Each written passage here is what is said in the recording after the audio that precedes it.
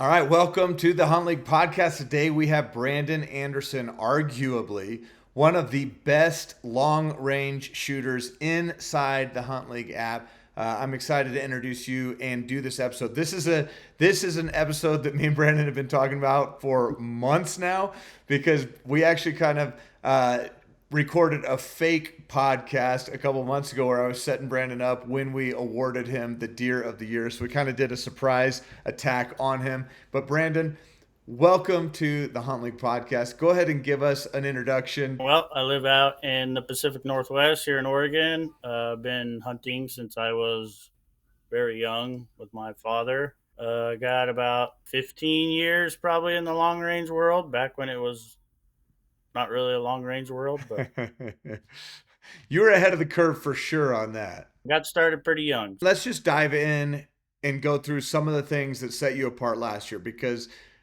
you won our Deer of the Year, and anybody that is watching some of these clips is going to see this and understand exactly why. But I just want to walk through some of the things, some of the stories that you posted just from last year in the field. So starting with your fiance, um, got a picture here of a bull. And in your story right here, shared with the community page, it's saying that she got this bull at 998 yards. That's insane. So tell me a little bit about the story here, how you guys felt comfortable and confident taking a shot at basically 1,000 yards. So we spotted this bull right at first light that morning. It was actually pretty breezy, and I got the gun all set up. The bull kind of fed into some timber and then came back out. So we kind of just hunkered down and waited. The wind was still probably 12 to 14 miles an hour, a little out of my comfort zone. So I told her, I said, well, we can either sit here all day or we can go in after it. So the bull was still there. So we decided, hey, let's see if we can get like 500 yards from it. That's a pretty comfortable shot with these conditions. So we snuck down in there. Could never really find a good spot at that, to get closer. And rather than just go in there and booger them up, we just went back to the landing that evening. The wind died down, and we just sat there all day. And I was actually looking off in a whole nother canyon, and she says, "Hey, what is that?" And I didn't even have to look at it with binoculars, and I knew it was that bull. Sun just beating on him, and so I grabbed the gun, and the wind had let down. It was hardly any at all, so she's made quite a few good shots, shooting gongs and stuff like that. So I knew that she was capable and the gun was capable. So what caliber and what gun did you use on this? Because right here on the picture it's saying a 338 Snipe Tech. And I'm like, I don't even know what that is. Is that a Brandon? Did you create that caliber? What is this? So it's a 375 shy tack, neck down to 338. Shoots a 300 grain bullet at 3280 feet per second. Unbelievable. That's got some speed behind it. All right. We're gonna get hung up telling all these stories, but let's just go to the next one and we'll kind of hit these briefly. I mean, here's one. This is one that you took at 311 yards, which, if I remember right, might be your close range shot. A buddy of mine actually killed that one. Okay, so that's 311. On to the next one. Is this one yours? Yep. That one's my general season Oregon deer tag this year. I think it was 614. I think 620 somewhere in there. I killed that one. 614. So your fiance's got you at 998. Then you get a deer at 614. Here we're back to your fiance, and here she, it says right here in the story, 786. So, And that was actually her furthest kill to that day, was that deer there. Same gun, 338 Snipe Tech, just hit it yep, first shot, smoked a it. month before. So looking at the dates, the elk was on November 26th. This was October 22nd. So up until that point, I mean, you're pushing 800 yards right there. You did get a little larger body to shoot at when you went to the elk at 1,000. So similar kill zones. Yep, absolutely. All right, who do we have here, and what is this? That's my brother-in-law. We actually killed my fiance's deer and that same deer in the same unit. Courtney's was about 100 yards further than his. He also has a 338 Snipe Tech that he killed that deer with. What kind of distance are we talking? I think it was 685, 695, somewhere in there. A little under 7. Did you turn him on to that caliber? Yeah, I built it for him, so he built one because I had one. So Okay, I like it. He trusts your loads too. All right. This one is kind of what I mean. The picture that I'm showing, this is kind of the thing that set you apart last year. I mean, your Oregon blacktail was phenomenal, and you made an incredible shot there. But this one was like, okay, A, this is a massive blacktail deer. B, you hunted this out of state in California on a pretty easy, I don't know if it's an over the counter or like an easy draw tag, which, I mean, to go into public land in California and get a deer of this caliber, I mean, this is special. But then to top it off, tell a little bit of the story of this because you took a shot that I still just can't even believe. so it was the second morning of the hunt. We were just cruising up the road. We ran into some other hunters, so they were ahead of us. So we kind of just let them go and just kind of hunkered back and spotted a few deer, skyline more or less. So I just was glassing them, looking, and this buck was bedded down on the ridge, and it's in an old burn. So that brush that's right alongside the road, you could never lay down and shoot off the ground. So buck of that quality, I just held it as steady as I could, dialed it up, and pulled the trigger, and it tumbled down the hill. So Okay, but when you're saying you just held steady, you're taking an offhand shot. You are not prone. You're not shooting off a nope, tripod. You're taking nope, an offhand shot at 457 yards. yep. Before people freak out, taking an offhand shot at distance is something that you actually practice. So tell me a little about some of the practice and some of the things that go into giving you the confidence to be able to take an offhand shot. A lot of times when we go out shooting rocks or gongs or whatever, practicing, a few of us will just kind of first shot, cold bore or whatever. We'll just, pick a rock at 500 and just shoot it offhand just to see, how close you can come to it. Or we might even do it at 800. And you'd be kind of surprised, once you kind of get it figured out, how easy, it's not impossible to do by any means. It's impressive though, I've to say the least. Like for never taken reference, it, shoot at an animal at 800 offhand, obviously, but it's still fun, shooting rocks or whatever, just to kind of see how close you can really get to it. So, yeah, and this was a bedded buck, so you don't have a buck that's on the run or moving. I mean, you're taking out one of the variables, but still, it's a very impressive shot. And you made this shot. What happened to the buck after the impact? Did it stand up and run? Or did you kill it in its bed? killed it in its bed. It was just on a steep face, and so it just locked it up and it rolled down the hill. I mean, that is truly incredible. Just for reference, when you're talking to me, I have never taken a shot at a live animal with a rifle over 200 yards. Actually, 205 yards is the farthest shot I've ever taken at a deer, and that was with a rest, with everything, all the right conditions. Now, if I look at my sons, they've actually practiced quite a bit more at long range than what I ever did growing up. My son JJ has killed a hog in Oklahoma at 270 yards. He killed a bear in Oregon at just about 400 yards across the canyon. All of his shots at big game animals have been farther than my farthest. And then my other son, he beat me by a little bit. His buck was 212 yards. So I have more of the close range guy. So I've done some long range shooting, but I've done very little long range hunting. When you start talking about long range hunting, how do you figure out what your own limitations are? So just talk me through some of the ethics and how you evaluate what's an acceptable shot and what's not, and where your boundaries are. A lot of it is just what you feel comfortable with in your rifle, knowing what it can do at the yardage you're trying to kill something at. Most factory rifles, 800 yards is probably about your limit. You get in some of the bigger calibers, 300 PRC, your range is definitely a little bit farther, but most factory guns, you're probably 800 yards and you're out of either the velocity that you need to expand your bullet, or, your foot pounds of energy is not there to ethically kill the animal. How are you tracking that? Like when you're building your loads, are you paying close attention to all of that data? Yeah, so every dope chart that you build should give you a feet per second and foot pounds of energy at at whatever range you're going out to. Pretty much all the ballistic apps that everybody uses. 6.5 Creedmoor, 800 yards, you're probably maxed out on everything. So Yeah. 300 wind mag, you might be 950. So it's just one of those things that you just got to know your rifle and know what it's capable of. And just because your gun can shoot 1,000 yards doesn't mean it can ethically kill an animal at 1,000. It's not just can you hit steel at that distance that gives you the right to take a shot at an animal. There's some things that you need to be aware of with what your bullet is doing downrange.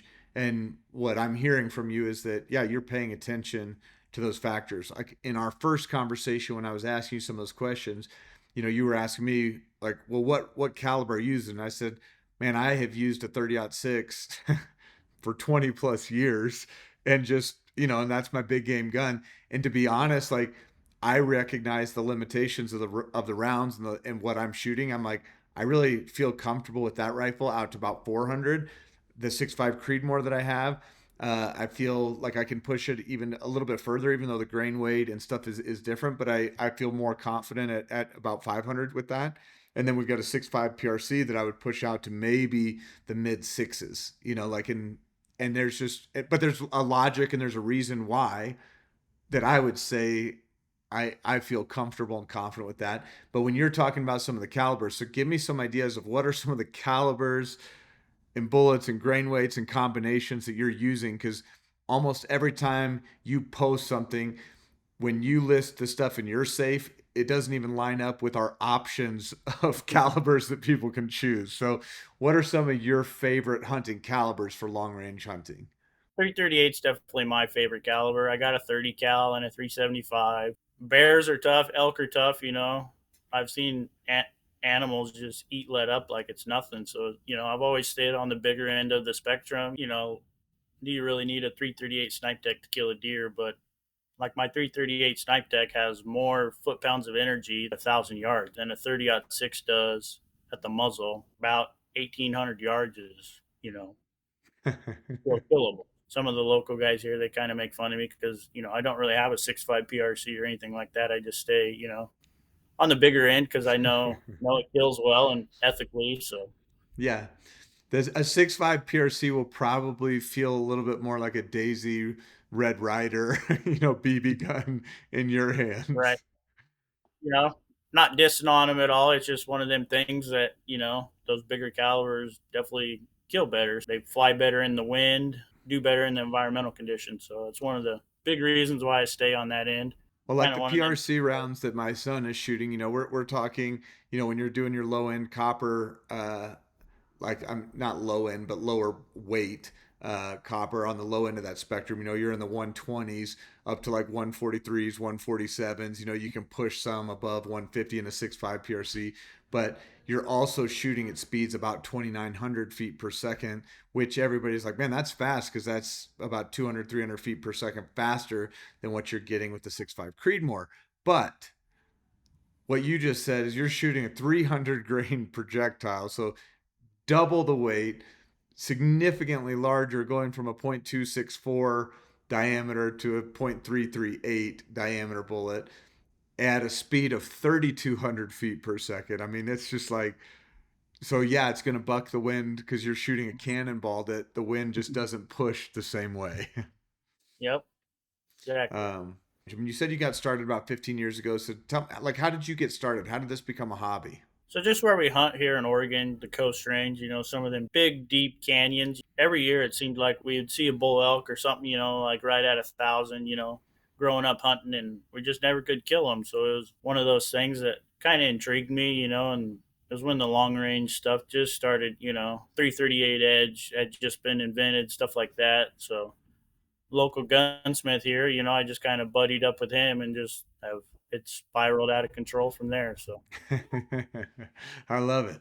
The things that we have access to, everything from the optics to the tripods to the rifles to the triggers to I mean, it's just like everything continues to improve. So, what are some of the biggest improvements and things that you've seen over the last couple years that have really, I guess, opened up the door for your more everyday shooter to kind of start dipping their toes into long range shooting? I think the biggest thing is technology. Really, the Kestrel applied ballistic stuffs, or the Vortex with applied ballistics, or SIG stuff with applied ballistics. That's a huge helper in the long range world. Those things have come tenfold since 10 years ago. So I think I have 3 or 4 different ballistic calculating apps on my phone. You can get them from the ammo manufacturers, whether you want to download Hornady's one. I've got the Arkin optics, I've got the Geo Ballistics, I've got the Straylock Pro, and those allow you to add different rifles, different, all of your different bullets that you're using. I'm not a guy that's reloading. I don't do enough long range shooting where I've never justified the expense of it. And I'm talking to a guy that, like, I don't even know if you will put a factory round in your guns, or you're just like, you just look away and like, oh, those disgust me. Like, well, one of the thing is most of my guns won't even. There's not even any factory ammo on the shelf for them because they're all Wildcat cartridges. But I got one or two that you might be able to find a box of factory ammo for. Another thing that's came a long ways is your bullet selection. There, when the long range world first came out, your high BC bullets were not really that high nowadays. Now you're 800-900 for a BC bullet. Back then I think 500 or 600 was the higher end. So yeah. your bullet selection has came a long ways. All the different style bullets that they have now, that's a big thing. I know. I mean, when you go back and say, like, all right, for me as a hunter, I have used Remington Corelock ammunition for a long time, and that's just a soft point, and the BC on it. Like, if you talk to any long range shooter, like, just look at the bullet. Like, it's got a deformed tip before you've ever even fired it. You never did anything. That's just out of the box. It's got a deformed tip, and I'm like, yeah, but I can shoot, a 3-inch group or something at 200 yards. Like, so it's two and a half MOA, type ammo. It's not something you're going to win a sniper contest with, but nowadays, I mean, everything from your polymer tips to your A tips and those things. Do you have a preference personally on what you put out front on your bullets? Are you an A tip guy, polymer tip, or does that even matter to you? What do you like on your bullets? I'm pretty fond of the new Hornady. I mean, they're not new, but newer. The Hornady A tips. They seem to kill really well. And then the solid copper bullets, hammers, or the Remington solid. All those, they seem to just kill really well. So Well, I thought when the copper bullets came out, I just thought that was going to be a California thing. I didn't think that was real. I was like, right. man, why would anybody ever make a switch? It's just people saying lead's causing cancer. Now this animal eats this animal that happened to have a bullet in it. And I was like, this is just a little bit of propaganda, and the copper will never catch on. I knew the environmental side of that would catch on, because it's like once California adopts it, we know Oregon will, we know Colorado will, we know. So it's like, I know it's only a matter of time before you're required to use copper. But the reality is, the results that I've seen out of copper have been absolutely incredible. And I don't know if that was in the early days of copper rounds, but like the copper rounds that are coming out right now actually are pretty dang impressive in terms of their BC. They're going to shoot faster because it's a lighter weight bullet, but I mean, talk about reliable expansion and uh, I mean the weight retention after the shot. Like where you would, like on a lead bullet, you're going to lose so much of your mass, but like when you find a copper bullet that's come through an animal, it's like, man, it you got 90% weight retention still left in the bullet. So I mean, all of the energy of that thing goes into the animal. It's pretty impressive. Let's talk about your specific equipment. You've had the opportunity to shoot custom guns. You work with Kurt there. Kurt's Custom Guns. Kurt's Custom Guns. Is that in Roseburg? It's in Sutherland. It's about 3 blocks from me. Yeah, so if you're up in the Oregon area, you can stop by Kurt's Custom Guns and you can learn a whole lot from Kurt. And you might even find Brandon there in the shop hanging out, helping assist with the rifle build. So if somebody's listening to this saying, like, all right, this guy is actually getting it done on a consistent basis with long range hunting, what are some of the things that you've put into your rifle? Tell us some of the components that you've put on it. I got 2 guns that are built on Stiller actions.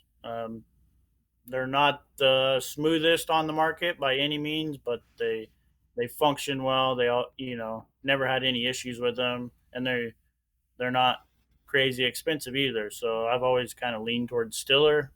You know, When you say they're great. crazy expensive, give us a ballpark because crazy expensive is relative. Like 1,000 to 1,300 bucks. Most Okay. Stiller apps kind of fall under that. You get some of them Defiance or Pierce Engineering TI actions. They're upwards of $2,000 nowadays. So Yeah, they cost more than most people's entire rifle setup costs. yeah. That's just for the action. No stock, no barrel, no trigger, nothing. Um, so that's a good plug for Stiller. What about trigger?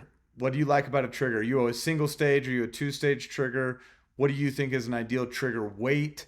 And then what specific trigger do you like putting in your rifles? I do a lot of the Trigger Tech triggers, the diamonds or the specials. Most of my triggers are a little under a pound. Most people should be around 2 pounds for a hunting scenario. If you don't shoot all the time, and you should stick with the 2 pound, pound and a half, 2 pound range. Yeah, I like about a 2.5 pound trigger, like when I hunt, only because like if you've got fingers that are a little bit numb, yeah, I just don't want any surprises. I want to know that I've intentionally pulled that trigger. And when I sit on one of those diamond triggers, you breathe on it and it goes off and I'm like, "Oh my gosh, that's a little too light for my comfort." Knowing that I've got adrenaline, because sometimes you just get a little bit shaky and I just that diamond is a little too much of a hairpin trigger for my taste, but I get it, man. You're a guy that's out there shooting all the time and you're so used to that trigger pull and feel, you know exactly what you're doing. So that's your trigger. What about stocks? What do you like in your rifle stocks? I really like the Manor Pro Hunters and the Manor EH5s. Any really stock the Manor makes is an excellent stock. Their wait times are incredibly long, but they're definitely worth the wait. I got a few AG composite stocks. They're great stock also. So what do you like about the Manor stocks? Just the lightweightness, carbon fiber shell. They're very comfortable to shoot. Does that have like M-lock rails? Does it have ARCA, anything, or does it look more like a traditional hunting stock? Is it a chassis system? Like the Pro Hunter, like they got it molded in there. That you got your pick rail out on the end, about halfway back. You got your plate for your Arca rail, and then it's got a higher cheek piece, for the longer range shooting stuff. I mean, just it feels good. They're lightweight, which is a big thing. Hunting style gun. You want something light, but then still functions good in the long range world. Okay, so let's talk about the weight of your rifle. When you're talking about a hunting rifle and something that's built specifically for long range, you're talking about a lightweight stock. We didn't really talk about the barrel profile and what you're putting on there. If you're doing a really thick bull barrel, give me that answer quick because if somebody's building out a rifle, they can just follow the Brandon method. For like a hunting style rifle, like just gonna walk or pack it out in the woods, maybe backcountry hunting it, like a number 4 contour, which is about a factory style contour really, or maybe on a little bit heavier recoil gun, I might go with a number 5.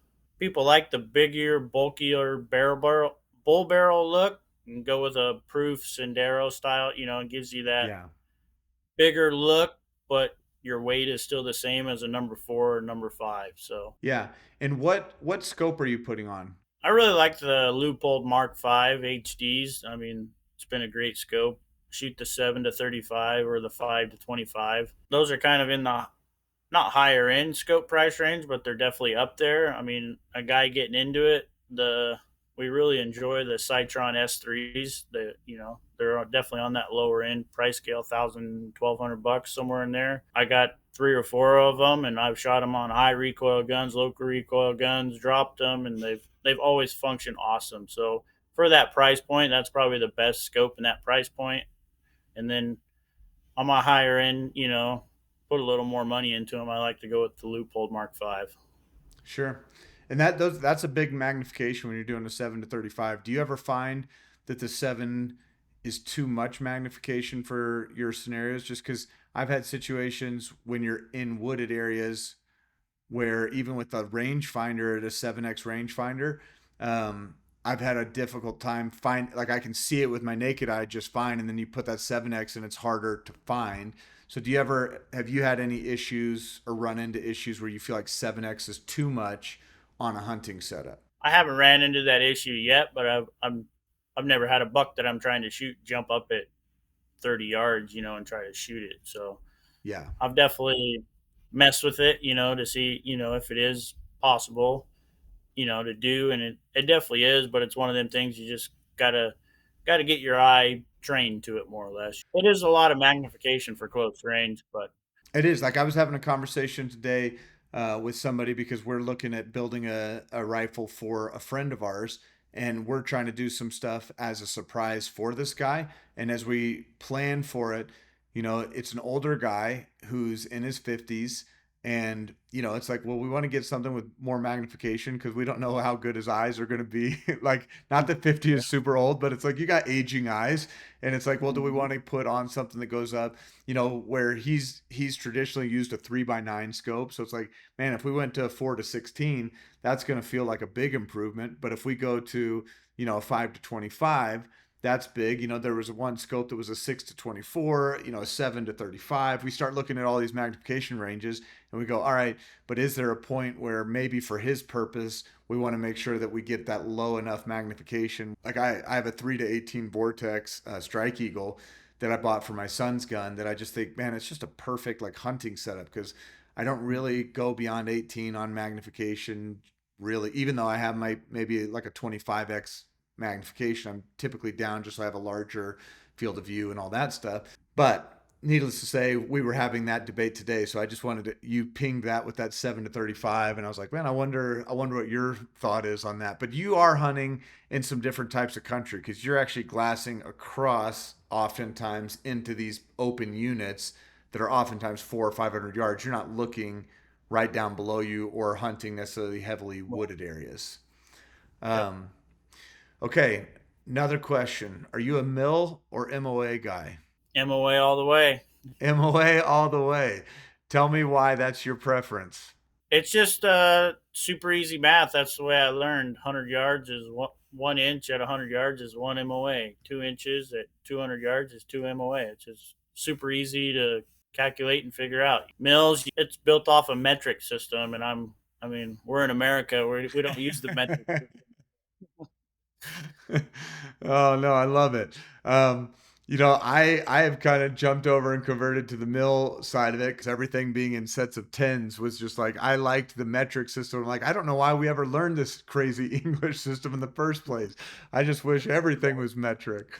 Um, so It's you really one of them that I learned in MOA, and so that's what I've always stuck with. No reason to reinvent the wheel now. So Yeah, and I mean if you've shot MOA and that's what you're used to, like I don't know that you need to switch to anything. And now with the apps and the things that we have on hand and just being able to build your dope chart, it's like it doesn't get that complex where you can't right. you can't make those transitions that quick. So anyway, when you go to the range, I think that we all need to go to the range with some level of intentionality. Like some people, I think, just go to the range and with the plan just to shoot bullets and just for fun, like you're just going. But I think when you go to the range, there's a little bit of an intentionality of why you're doing what you're doing, where you're going there to get better, you're going there to test your data, you're going there to test loads. Um, how do you mentally prepare yourself? Like I just think I think the way that you approach shooting just has to be different than the way that I think a lot of people do, and I would say even the way that I do, and I want to learn from you. So when you go to the range, like are you setting specific objectives of like today I really want to work on my trigger pull, or do you always have something in your brain that you're going to the range saying like today I want to get better at this? A lot of my practice goes back to like hunting style scenarios. I don't spend a lot of time just shooting at 100 yards. I mean, you get your trigger pulled down, and you get a good comfortable feel of the rifle. Just shooting 100 yards. But what I tell a lot of people is you need to know what your gun's doing at the yardages that you're actually going to kill things. If you're trying to shoot an elk at 1,000 yards, you need to practice at 1,000 yards. So put yourself in hunting style scenarios. You're laying out on a side hill of a cut bank or off a landing, or you're got to shoot off a tripod because the grass is too tall. I practice in those style scenarios because that's ultimately the kind of situations you're going to be in when you're out hunting. So I think that's more beneficial to people than just going to the range and shooting ammo. Your California deer that we kind of started as 457 yards offhand, that doesn't happen for a lot of people because they don't practice ever taking a shot offhand or in those types of scenarios. I mean, a lot of times when people go to the gun range, they're sitting on a table, they're zeroing at 100, and they spend all their time either laying prone, sitting off a tripod, or shooting off a bipod on a table on a flat, level environment. And then you get out to the hills, and everything about it is different. And what you're saying is when you go to shoot, oftentimes you're looking to put yourself in scenarios that would be more or less real world hunting scenarios, and these would be shots that I'm going to probably have to learn how to take or face, and that's more or less the type of training that you're putting in when you go to the range. What I always tell people, you got to learn to be comfortable being uncomfortable, because most situations you're not going to be in a comfortable spot. You're going to be, laying in rocks. You're going to be, you're just going to be very uncomfortable, but you got to learn how to be comfortable in those situations. So the best way to do that is practice in the off season, or while you're out hunting, you see a buck that you really have no intentions to shoot at all. But I mean, it's just good practice just to grab your gun and get set up on it and dry fire on it a few times. That's what Cody did last year on the On Point Experience. Garrett and Colby and them, they got him set up. There was a bear. He wasn't being pushed or pressured. And it was like, okay, let's get you set up. We're gonna do some dry fire. And they're doing dry fire on the animal that they're planning to take. But it was like, get your practice reps in when the opportunity presents itself. You don't always have an opportunity where you're going to be able to just sit there and dry fire, dry fire, dry fire.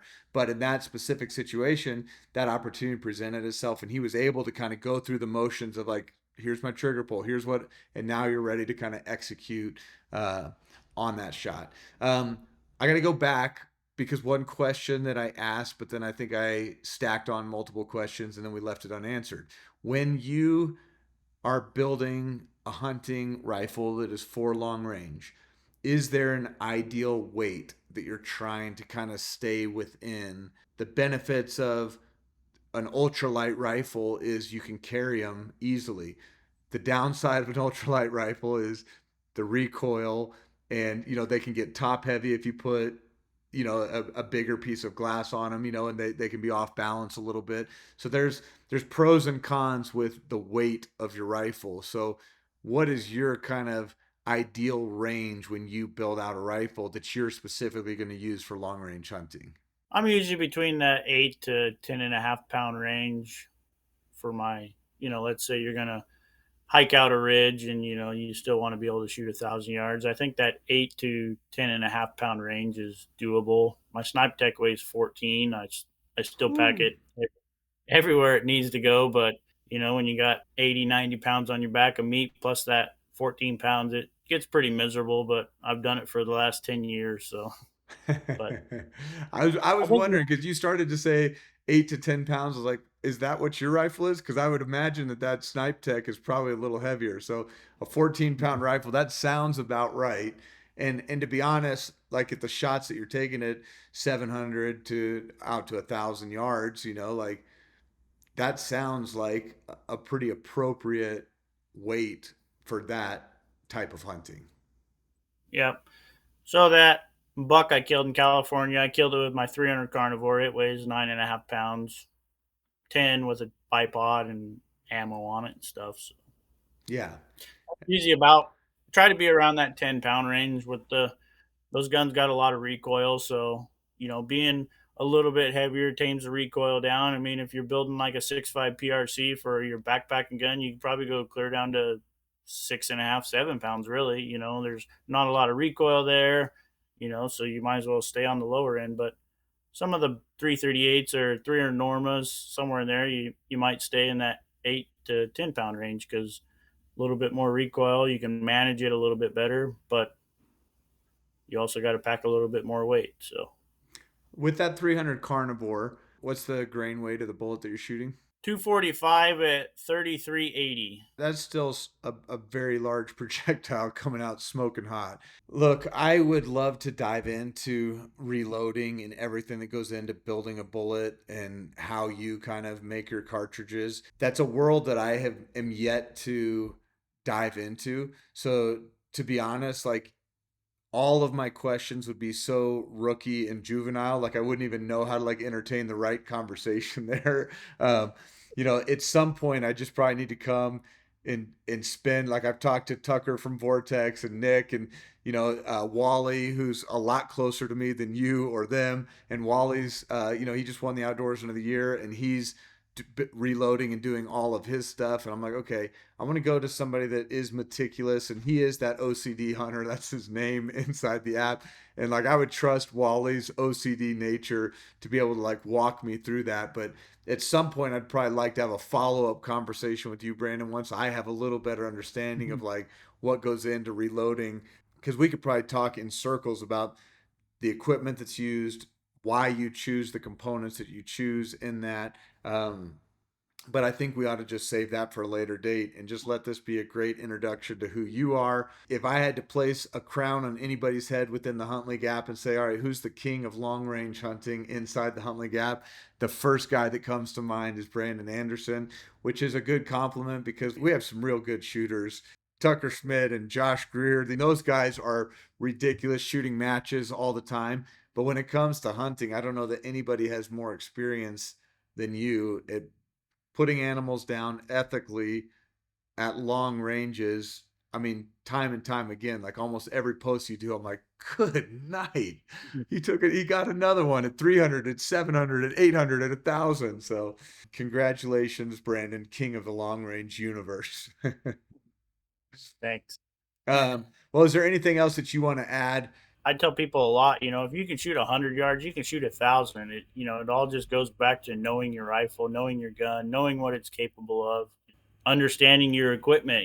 Be better at understanding it. Practice. I know a lot of guys, they go out 2 days before opening day of deer season and they shoot one shot. Is it still all season. zeroed? Yep, it's good. But most of those people are those 100 to 200 yard. That's what they're shooting. So yeah.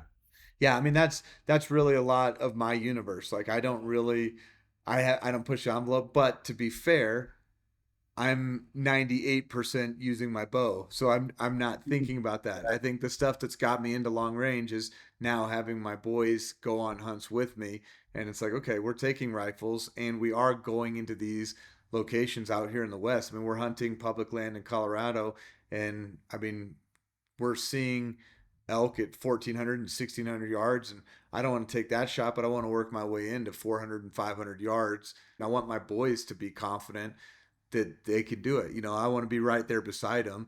And it's been incredibly fun for me watching JJ take his shots. Both of his animals that he got, the pig at 270 and the bear at almost 400, they never took a step. Like it was, he took a shot and dropped him. And I was like, all right, JJ, just so you know, I've never taken a shot that far. One. And two, I've never shot an animal that I didn't have to go track and find and try to blood trail. And I was like, I've got to learn how to do this. And someday I'll be as good as you, as my 12-year-old son. I'm glad people inside our community get to hear your story. If people want to reach out to you inside the HuntLeague app, they can find you at Brandon338. Your name is Brandon Anderson, if we didn't say that already at the beginning, but you can find people in the community page by just searching up their username, type in Brandon, and you should find that. Brandon, are you on Instagram, Facebook, any other platforms where people can kind of follow you? I'm on all social media. My Instagram's Brandon_338, I think. And then just Brandon Anderson on Facebook. Always like telling stories and swapping info with people. So don't hesitate to reach out if you have any questions in the long range world. I don't have all the answers, but I can definitely lead people in the right direction. 100%, 100%. And you've been such a gift to the community. I mean, when we went out for the On Point experience, you were out there helping us try to locate bears. Everybody inside our circle that has interacted with you that never knew you from Adam. Like once they've met you, it's like they found a friend in Brandon Anderson. So I appreciate the way that you've embraced others. You're not a selfish hunter. You're out there helping. You've got a bear hunt that you're taking your dad on tomorrow. You filled your bear tag on your second day of the season this year. And what was that shot? Like we didn't get to even talk about your most recent one. How far was your bear shot? 632 with a 375 Ultra Mag, 390 grain bullet. It's not very fast, but it carries a lot of energy. So 390 grain. That's impressive. Well, Brandon, any last words, and we'll wrap this up. nope, I think that's it for this one.